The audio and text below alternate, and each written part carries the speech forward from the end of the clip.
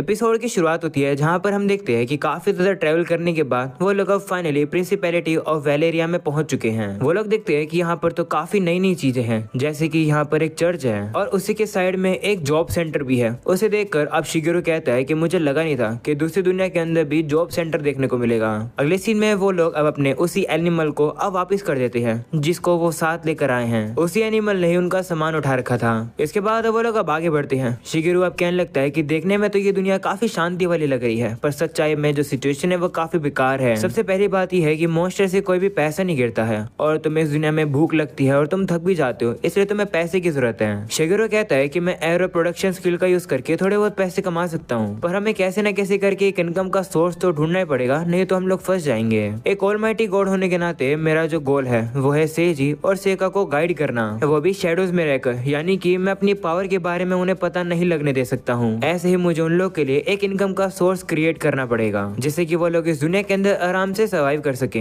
जिसके बाद रात हो जाती है और अब वो लोग एक इन में आ जाते हैं। सेजी कहने लगता है कि मैंने पब्लिक ऑफिस में, स्टोर्स में और मर्चेंट से बात करी। उनसे बात करने के बाद मुझे पता चला कि इस दुनिया के अंदर भी हमें वैसे ही पैसे कमाने पड़ेंगे जैसे हम अपनी पुरानी दुनिया में कमाया करते थे, यानी कि एम्प्लॉयमेंट, यानी कि जॉब लेकर। जो सुनकर शिगेरू कहता है कि दूसरी दुनिया के अंदर भी जॉब करनी पड़ेगी, ये तो काफी ज्यादा हार्श है। तो सेजी कहता है कि हाँ, लेकिन लोगों को अगर डिसेंट सी लाइफ चाहिए तो उन्हें एम्प्लॉयमेंट करनी पड़ेगी। छोटी मोटी जॉब करके एक बंदा 1 लाख रुपए कमा सकता है महीने के। तो शिगेरू पूछता है कि क्या मॉन्स्टर्स को डिफीट करने में कोई रिवॉर्ड नहीं मिलता है? हम लोगों ने कुछ दिनों पहले एक मॉन्स्टर के झुंड को भी तो मारा था। तो सेजी कहता है कि वो तो हमने अपनी मर्जी से किया था, उसका कोई रिवॉर्ड नहीं है। अगर गिल्ड वालों ने रिक्वेस्ट करी होती तो हमें उसका रिवॉर्ड मिलता। तो शिगेरू कहता है कि ऐसी बात है तो हम लोग जॉब सेंटर में भी तो जा सकते हैं, जो कि हम लोगों ने थोड़ी देर पहले देखा। शिगेरू याद करता है और बताता है कि वहाँ पर कंस्ट्रक्शन, मैन्युफैक्चरिंग और रिटेल अलग अलग तरीके की जॉब थी। जॉब के टाइप और सैलरीज काफी नॉर्मल थी, पर एक जगह पर शिगेरू को एक डिटेक्टिव का काम मिलता है जिसकी सैलरी ऑलमोस्ट 6 लाख रुपए है।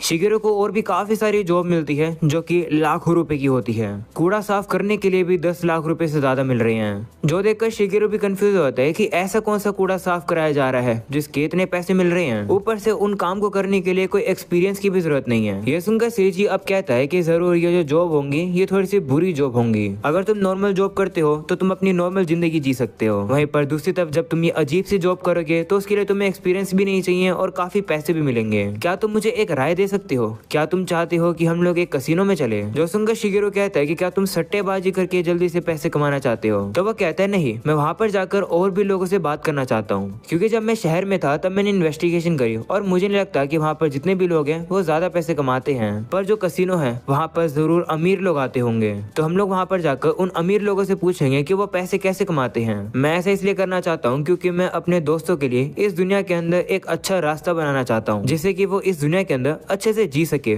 ऐसे करने के लिए मुझे ज्यादा से ज्यादा इन्फॉर्मेशन की जरूरत है, तो क्या शिगेरू तुम मेरी मदद करोगे? जिस पर शिगेरू भी कहता है कि हाँ, मैं बिल्कुल करूंगा। अगले सीन में वो लोग अब कसिनो में ही आ जाते हैं। सेगा को तो समझ ही नहीं आ रहा होता है कि आखिर यहाँ की चीजें काम कैसी करती हैं। वहीं पर अब एक वेटर ड्रिंक लेकर जा रही होती है, पर अब वो शिगेरू को देखकर काफी डर जाती है क्योंकि शिगेरू की तो शक्ल ही बहुत बुरी है। ये देखकर शिगेरू को रियलाइज हो जाता है कि उसके लुक्स की वजह से वो इस तरीके से इन्फॉर्मेशन इकट्ठी नहीं कर पाएगा, इसलिए मुझे सेजी पर ही डिपेंड होना होगा, वही इन्फॉर्मेशन पता लगाएगा। वही हमें पता चलता है कि रीजे तो बाहर से ही सभी लोगों की स्किल्स पढ़ रही होती है और देख रही होती है कि कोई उसके काम आएगा या फिर नहीं। वो अब आगे जाती है और अब आगे वो एक चीज को देखकर काफी हैरान हो जाती है। अगले सीन में आप सेका खाना खा रही होती है, जिसे देखकर शिगेरू कहता है कि तुम तो बहुत खा चुकी हो, आखिर तुम्हारे पास कितने पैसे बचे हैं? तुम्हारे पास स्टार्टिंग में 50,000 थे ना, अब कितने बचे हैं? जिस पर वो कहती है 30,000। अगर हम लोग इनकी करेंसी को हमारी दुनिया वाली करेंसी में कन्वर्ट करें तो कम से कम ये 16 लाख रुपए होते हैं। वहीं शिगेरू ये जानकर काफी हैरान हो जाता है कि सेका ने ऑलरेडी काफी सारे पैसे खत्म कर दिए हैं। तभी सेका से बात करने के लिए एक बंदा आ जाता है जिसका नाम काजिता है और वो इस कसिनो का मैनेजर है। वो सेका से कहता है कि आप अमीर हो ना?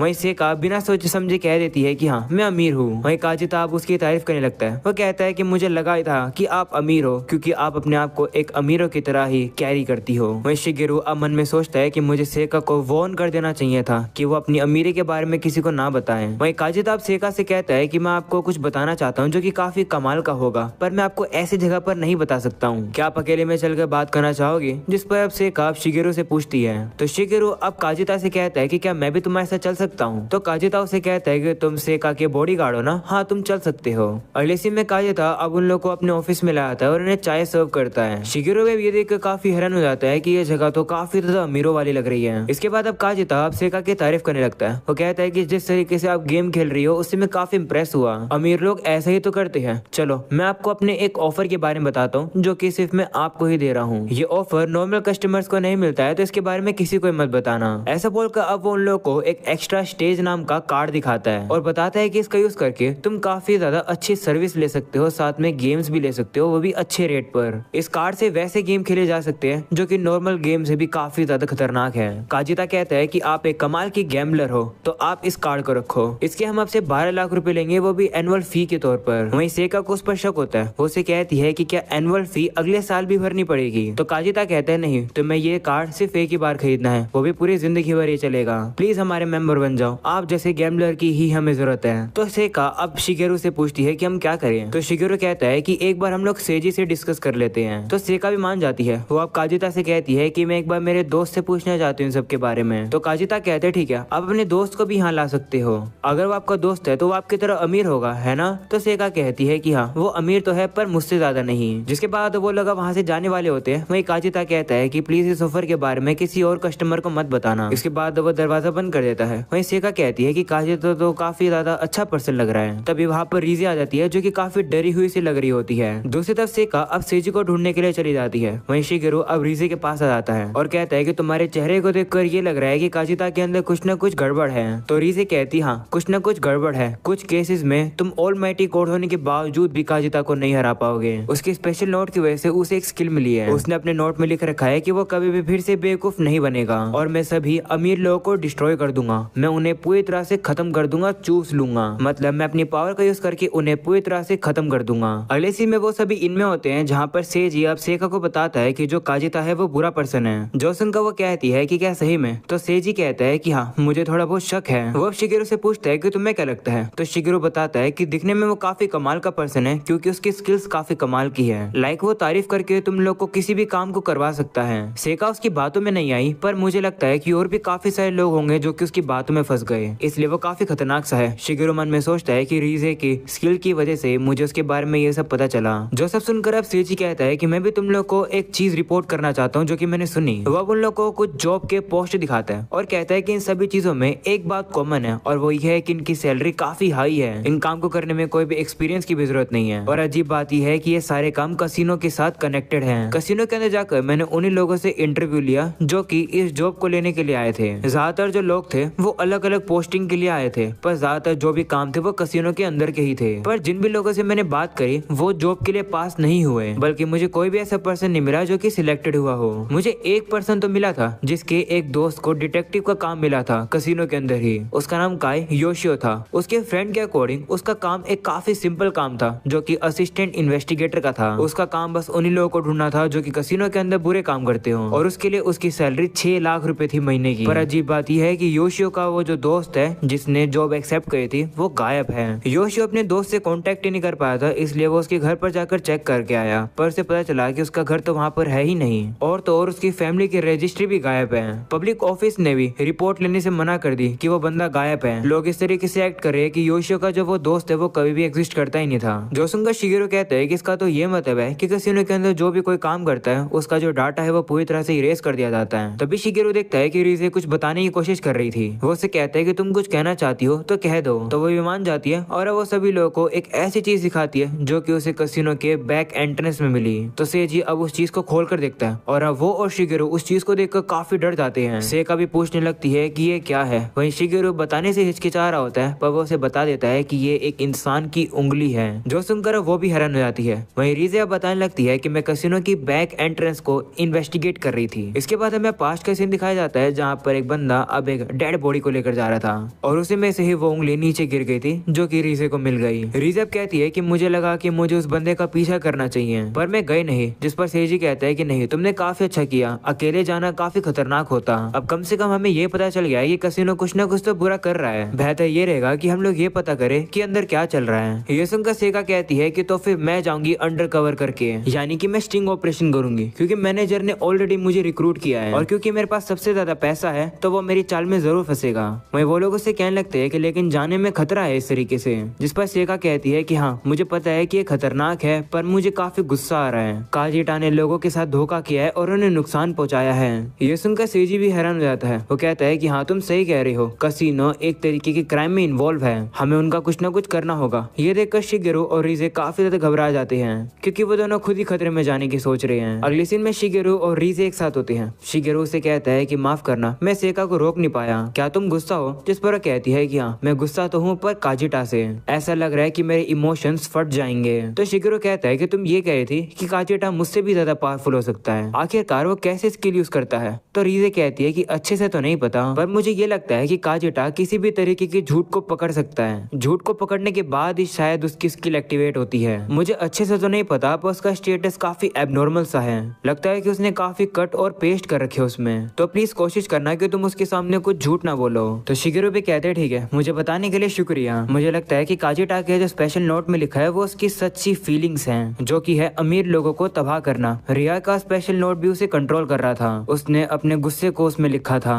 पर काजिटा कसिनो का यूज कर रहे हैं अपने इस हेट्रेड को निकालने में। शिगेरू कहते हैं कि हम तो पैसे कमाने वहाँ गए थे, पर हमें बुरा काम वहाँ मिल गया, पर कोई नहीं, हम चारों मिलकर इस मिशन को पूरा करेंगे। तो रीजे कहती है कि हाँ, हम चारों मिलकर एक गोल को पूरा करने के लिए एक साथ काम करेंगे। मैंने अपनी प्रेयर में यही दुआ मांगी थी। जो सुनकर शिगेरू कहता है कि शायद से तुम्हारी ही प्रेयर की वजह से हम चारों इस तरीके से मिले। तभी रीजे कहती है कि मेरे प्रेयर के अंदर और कुछ भी लिखा था, उसमें था कि अगर बुरे लोग मेरे सामने आ जाएं तो मैं यमराज बन जाऊंगी और उस बंदे को अंधकार में यानी कि नरक में भेज दूंगी। अगले सीन में वो सभी लोग अब कसिनो में पहुंच जाते हैं, जहाँ पर सेका काफी ज्यादा प्यारी ड्रेस पहन कर आई है अमीर बनने के लिए। वहीं शिगेरू याद करता है कि किस तरीके से उसने सेका को बताया था कि उसके सामने झूठ ना बोले, जिससे कि काजिटा की स्पेल एक्टिवेट ना हो। हम लोग अब देखते हैं कि वहाँ पर अब काजिटा सेका को देख लेता है और कहता है कि आप तो वही लेडी हो, आप आज काफी कमाल की लग रही हो, क्या आपने मेरे उस ऑफर को एक्सेप्ट किया? तो सेका भी कहती है ठीक है, अगर तुम मुझे ऐसे गेम दे सकते हो जो कि मुझे काफी सेटिस्फाई करे तो मैं मेंबर बनूंगी। तो काजिटा कहता है कि ये तो मेरे लिए एक काफी बड़ी ऑनर की बात है, मैं आपको चलकर गेम्स दिखाता हूँ। इसके बाद अब वो उन्हें अपने साथ ले जाने लगता है। वहीं पर अब सेका थोड़ी बहुत नर्वस होती है, वो शिगेरू का हाथ पकड़ लेती है, जो देखकर शिगेरू अब उसे शांत करता है और कहता है कि डरो मत, सब कुछ ठीक रहेगा। वहीं पर इस कसिनो के बाहर रीजे वेट करी थी, वो काफी ज्यादा डरी हुई सी लग रही थी। तभी वहाँ पर सेजी आ जाता है और कहता है कि डरो मत, सब कुछ ठीक रहेगा, हमें शिगेरू और सेका पर विश्वास करना चाहिए। दूसरी तरफ अब काजिटा को दिखाया जाता है, जो कि अब उन लोगों को आगे लेकर आ जाता है। शिगेरू अब हमें बताता है कि इस कार्ड की रजिस्ट्रेशन फॉर्म में बस सेका को अपना नाम ही लिखना था और बिल्कुल कुछ भी नहीं। काजिटा अब उन्हें बताता है कि इसके आगे एक्स्ट्रा स्टेज है, तो प्लीज अपना एंट्रेंस पर कार्ड दिखाना। तो वो भी कहते हैं ठीक है। वहीं शिगेरू अब कहने लगता है कि जो काजिटा है उसकी स्किल झूठ बोलने से एक्टिवेट होती है, तो हमें कम से कम इन्फॉर्मेशन देनी होगी जिससे कि हम झूठ ना बोल पाए। काजिटा अब उनसे कहता है कि आज तुम लोग कितने पैसों का गैम्बल करना चाहोगे, क्या तुम 6 लाख रुपए का करोगे? जिस पर सेका कहती है कि क्या तुमने मुझे गरीब समझा है? तो काजिटा अब उनसे कहता है कि माफ करना। इसके बाद अब वो उन लोगों को एक्स्ट्रा स्टेज पर ले आता है। दरअसल यहाँ पर और भी काफी कमाल की गेम्स हैं। शिगेरू कहता है कि यहाँ तो कस्टमर से ज्यादा तो स्टाफ है, यहाँ की दुनिया तो बिल्कुल अलग है। तभी काजिटा अब उन लोगों को कार्टो से मिलाता है और बताता है कि अब से तुम्हें ये रास्ता दिखाएगा। वही हम देखते हैं कि कार्टो तो बोलने में काफी ज्यादा नर्वस होता है, वो से सारे पैसों का रूल समझा देता है। दूसरी तरफ अब काजिटा शिगेरू से कहता है कि क्या तुम भी खेलना चाहोगे? ये देखकर शिगेरू को समझ आता है कि सेका इसे ज्यादा इन्फॉर्मेशन नहीं दे रही है, इसलिए ये इन्फॉर्मेशन पता करने के लिए मेरे पास आया है, इसलिए मुझे सतर्क रहना होगा। शिगेरू अब उसे कहता है कि मैं नहीं खेल सकता हूँ क्योंकि मेरे पास पैसे नहीं है। जिसके बाद अब शिगेरू अपनी एक अल्ट्रा विजन नाम की स्किल को एक्टिवेट करता है और अब वो देखता है कि वहाँ पर एक बंदा तो सारी चीजों को नोट कर रहा है, जैसे कि आज सेका कितने पैसे लगाएगी। वही काजिटा अब शिगेरू की तारीफ करने लगता है। वो कहता है कि तुम काफी स्ट्रॉन्ग हो गए है ना, क्या तुम्हारे लेवल 70 से ऊपर है? वही शिगेरू अब सोचता है कि मैं झूठ नहीं बोल सकता हूँ, मुझे एक ट्रिकी सा रिस्पॉन्स देना होगा। काजिटा अब उसे कहता है कि क्या तुम्हारे सभी एट्रीब्यूट्स भी हाई है? तो शिगेरू कहता है कि मैंने सोच समझ के अपने आप को पॉइंट्स दिए हैं, इसलिए मेरे स्टेटस में तुम्हें काफी सारे जीरोस देखने को मिलेंगे। ऐसा बोलकर शिगेरू मन में कहता है कि देखा, मेरे जितने भी पॉइंट्स हैं वो ट्रिलियंस में है, पर उसमें 0 है। ये कहकर मैंने झूठ भी नहीं बोला और काजिटा से फंसा भी नहीं। वही अब शिगेरू के बारे में भी वो बंदा अब नोट कर लेता है। इसके बाद अब काजिटा को एक काम आ जाता है, पर अब जाने से पहले वो सेका से कहता है कि मुझे अभी जाना होगा, पर अगर आपको और भी एक कमाल की जगह पर जाना है तो मैं आपको लेकर चलूंगा। उस जगह का नाम मॉन्स्टर बैटल है। तो सेगा भी कहती है ठीक है, उसके बारे में मैं सोचूंगी। इसके बाद अब काजिटा वहाँ से चला जाता है और अब कार्टो उन लोगों को गाइड करने लगता है। तभी अचानक से शिगेरू को वहाँ पर एक बंदा दिखता है, जो कि बिल्कुल शिगेरू के उस बॉस की तरह लग रहा है जब शिगेरू अर्थ पर हुआ करता था। दूसरी तरफ हम लोग अब सेका को देखते हैं, जो कि कार्टो का दिमाग खराब कर रही होती है रूल्स पूछ पूछ के। ये देखकर शिगेरू काफी खुश हो जाता है, क्योंकि उनका प्लान बस यहाँ पर ज्यादा समय के लिए रहना है, वो भी बिना ज्यादा पैसे लगाए। पाए। इसके बाद शिगिरू अपना रोल निभाने के लिए अपने आप को अब पेट दर्द का बहाना करने लगता है और अब बहाना मार के वहाँ से चला जाता है और अब अपनी हिडन पावर का यूज करके वहाँ के गार्ड को बेहोश कर देता है। जिसके बाद अब शिगिरू ट्रांसफॉर्म स्किल का यूज करके अपने आप को एक चमगादड़ में बदल लेता है और अब वो काजिटा के पीछे चला जाता है। जिसके बाद अब उसे काजिटा मिल भी जाता है और अब वहाँ पर एक और डायमेंशनल मैजिक को यूज करता है जिसका नाम गेप है। इसका यूज करके वो सेका को दूर से ही देख पा रहा होता है और अगर सेका को मदद की जरूरत पड़ेगी तो वो अचानक से वहाँ पर टेलीपोर्ट भी हो जाएगा। शिगिरू अब देखने लगता है कि काजिटा अब एक मूर्ति के पास आ जाता है और कहने लगता है कि फादर और मदर सब कुछ प्लान के अकॉर्डिंग चल रहा है। आप लोग मुझे हमेशा बताया करते थे कि दुनिया के अंदर पैसे से भी ज्यादा एक इम्पोर्टेंट चीज होती है। हम लोग कभी अमीर नहीं थे पर आपने यानी कि मेरे पेरेंट्स ने मुझे एक नॉर्मल जिंदगी में भी खुशी से जीना सिखाया। मैं आप दोनों को हमेशा एडमायर करता था पर एक बार हमें रिक्वेस्ट की गई थी कि हम लोग घर से निकल जाएं पर आप लोग माने नहीं, इसलिए वो लोग गुस्से में आ गए और वहाँ पर ट्रक चढ़ा दिया आप लोगों के ऊपर। काजिटा कहने लगता है कि मेरे दुश्मनों ने मुझसे सब कुछ छीन लिया, इसलिए मैंने काफी साल लगाए बदला लेने में। मैंने हर एक बंदे को मार दिया जिन्होंने मुझसे सब कुछ छीना था। सारी चीजों को कंप्लीट करने के बाद मैं अपनी खुद की जान लेने वाला था पर मुझे इस तरीके से नई दुनिया में आने का मौका मिला। इस दुनिया में आकर मुझे पता चला कि इस दुनिया के अंदर भी जो अमीर लोग हैं वो गरीब लोगों के ऊपर क्राइम करते हैं। पैसा लोगों की आत्मा को खराब कर देता है, उन आत्मा को प्यूरिफाई करना ही होगा, उन्हें दर्द देना ही मेरा एक मिशन है। फादर और मदर, मैंने सही कहा ना? ये देखकर अब शिगिरू कहता है कि ओ इसका मतलब ये अमीर लोगों से बदला ले रहा है। तभी वहाँ पर काटो आ जाता है और अब वो उसे बताता है कि सेका जाने वाली है। ये जगह उसे काफी बोरिंग लग रही है जो सुनकर काजिटा को गुस्सा आ जाता है। वो कहता है कि अगर ऐसी बात है तो चलो उसे एक ऐसा गेम खिलाते हैं जो कि उसके लिए काफी एडिक्टिव होएगा। समय आ चुका है टैक्टिक नंबर 13 यूज करने का। तो वो लोग भी कहते हैं ठीक है और वो वहाँ से जाने वाले होते हैं पर तभी अब काजिटा एक बंदे को पकड़ लेता है। उसे शक है कि ये बंदा झूठ बोल रहा है। वो उसे कहता है कि तुम्हें प्लान समझ आ गया ना?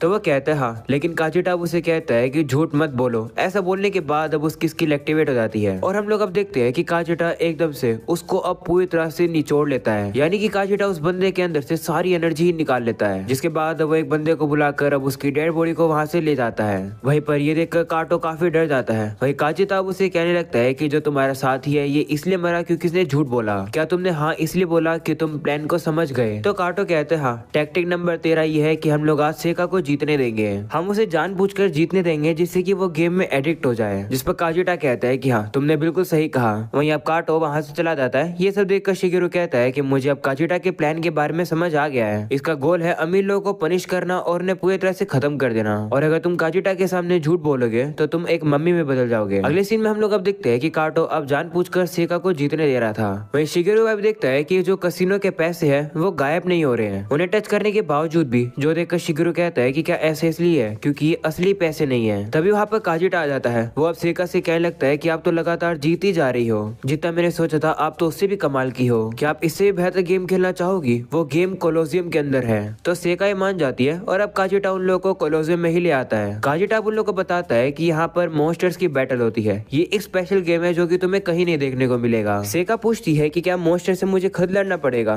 तो काजिटा कहता है कि ऐसा पॉसिबल है पर मैं आपको रेकमेंड नहीं करूंगा। यहाँ पर जितने मॉन्स्टर है ये आपकी बिहाफ में लड़ेंगे जब तक ये मर नहीं जाते हैं। ऐसी बैटल देखना जहाँ पर लोगों की जान खतरे में लगी हो। काफी कमाल का गेम है ना? ये मॉन्स्टर्स को देखकर शिगिरू कहता है कि तुम्हें ये मॉन्स्टर्स मिले कहाँ से? मैंने बाहर तो इन्हें कभी नहीं देखा। तो काजिटा कहता है कि ये नए मॉन्स्टर्स है, इन्हें हमने अपने कसिनो में ही बनाया है। इन मॉन्स्टर्स को हम लोगों ने लोगों से बनाया है। ये सुनकर वो हैरान हो जाते हैं। वहीं काजिटा कहता है कि क्या तुम ये गेम खेलना चाहोगे? वहीं सेका सोच में पड़ जाती है। वहीं शिगिरू कहता है कि आज का दिन इतना बहुत रहेगा, हमें ये सेजी को भी दिखाना चाहिए। जो सुनकर अब काजिटा कहता है कि वो तुम्हारा वही अमीर दोस्त है ना, अगली बार उसे भी लेकर आना, हम तुम्हारा वेट करेंगे। जो सुनकर वो लोग वहाँ से चले जाते हैं। वहीं सेका अब देखती है कि काटो के मुंह पर तो चोट लगी हुई है जो कि काजिटा ने ही मारी है। वो अब अपनी पावर का यूज करके उसकी चोट को हील कर देती है। जो देखकर काटो हैरान हो जाता है और कहता है कि आपने ये मेरे लिए क्यों किया? जिस पर वो कहती है कि क्योंकि मैं एक कमाल की मेज हूँ। वहीं काटो से अब ये नहीं देखा जाता है कि सेका इतनी अच्छी है और अब उसके साथ इतना बुरा होने वाला है, इसलिए अब वो उसे बता देता है कि काजिटा तुम लोग के पीछे पड़ा है, इस कसिनो में कभी वापस मत आना। काटो बताता है कि काजिटा सिर्फ अमीर कस्टमर्स को ही नहीं बल्कि वर्कर्स को भी नहीं छोड़ता है। वो कहता है कि मुझे इस जॉब से नफरत है, मुझे डर लगता है कि कहीं मैं ना मर जाऊं, पर काजिटा की ताकत की वजह से मुझे उसके सारे ऑर्डर्स मानने पड़ते हैं। तो शिगिरू कहता है कि तुम्हें भाग जाना चाहिए, तुमने हमें ये सीक्रेट बता दिया, तुम्हारी लाइफ अब खतरे में है। तो काटो कहता है कि नहीं, मैं नहीं भाग सकता हूँ क्योंकि काजिटा के पास मेरी सारी इन्फॉर्मेशन है, पर तुम लोग यहाँ से भाग सकते हो। जाओ जाकर बाहर की दुनिया को इस कसिनो के अंधकार के बारे में बता दो, जिससे कि एक दिन एक हीरो आकर हमें बचा सके।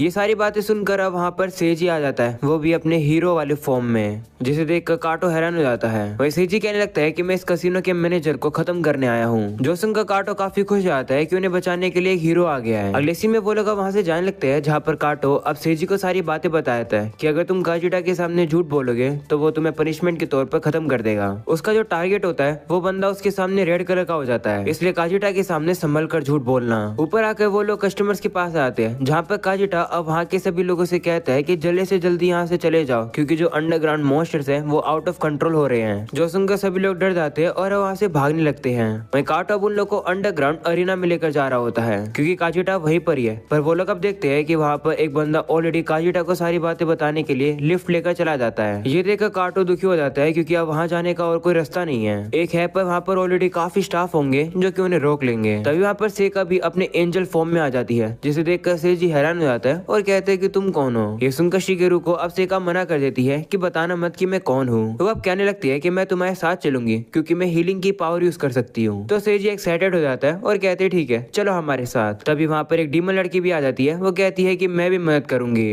वहीं किसी को पता ही नहीं होता है कि ये लड़की कौन है। शिगेरू कहता है कि क्या तुम रीजे हो। तभी अचानक से रीजे उसका मुंह बंद कर देती है और कहती है कि मत बताओ कि मैं कौन हूँ। तो शिगेरू भी कहते हैं ठीक है। वहीं पर सेजी काफी ज्यादा एक्साइटेड हो जाता है। वो रीजे से कहता है कि आखिर तुम्हारा ये वेपन कौन सा है, ये तो काफी यूनिक है। जो सुनकर रीजे अब उन लोग के लिए भी वो वेपन तैयार कर देती है। वहीं सेजी अब उससे कहने लगता है कि मैं हीरो ऑल्डीन हूँ, तुम्हारा क्या नाम है। तो वो कहती है कि तुम मुझे कुछ भी बुला सकते हो। इसके बाद वो सभी लोग अब काजिटा से मिलने के लिए जा रहे होते हैं। सेजी अब काटो से कहता है कि तुम्हें अब यहाँ से जाना चाहिए, हम संभाल लेंगे। पर तभी शिगेरू अब काटो के पास आता है और कहता है कि मैं चाहता हूँ कि तुम एक गवाह बनो, क्योंकि ये कसिनो ऑफिशियल ऑफिस के साथ भी मिला हुआ है ना, इसलिए ही तो ये कसिनो लोगों की फैमिली रजिस्ट्री को इरेज कर देता था। जब हम लोग इस जगह को तबाह कर देंगे और कसिनो के बुरे काम सभी लोग के सामने आ जाएंगे, तब तक के लिए हम चाहते हैं कि तुम सभी सबूतों को सेफ रखो। तो काटो भी कहते हैं ठीक है आप लोग संभल कर जाना। इसके बाद वो लोग भी अब जाने लगते हैं। दूसरी तरफ शिगेरू अपने अटैक की एक्यूरेसी बढ़ा लेता है। वो सभी से कहता है कि काजिटा को मेरे हवाले कर दो, मैं उससे जाने नहीं दूंगा, भले उसका कोई भी गोल हो, फिर भी उसने लोगों को मारा है। ये बुरा काम करने का उसको कोई भी पछतावा नहीं है। ये तब होता है जब एक इंसान पूरी तरह से खो जाता है। अनफॉर्चुनेटली कोई भी तरीका नहीं है उसका हृदय परिवर्तन करने के लिए। जिसके बाद वो काजिटा के पास पहुंच जाते हैं और देखते हैं कि उसने तो ऑलरेडी एक और एम्प्लॉय को एकदम खत्म कर रखा है, जो देखकर सभी काफी हैरान हो जाते हैं। और अब इसी के साथ ये एपिसोड यही खत्म हो जाता है। उम्मीद है कि तुम लोग को ये एपिसोड पसंद होगा। पसंद हो तो लाइक कर देना, चैनल पर है तो सब्सक्राइब कर देना। मिलते हैं अगली वीडियो के अंदर, तब तक के लिए बाय बाय।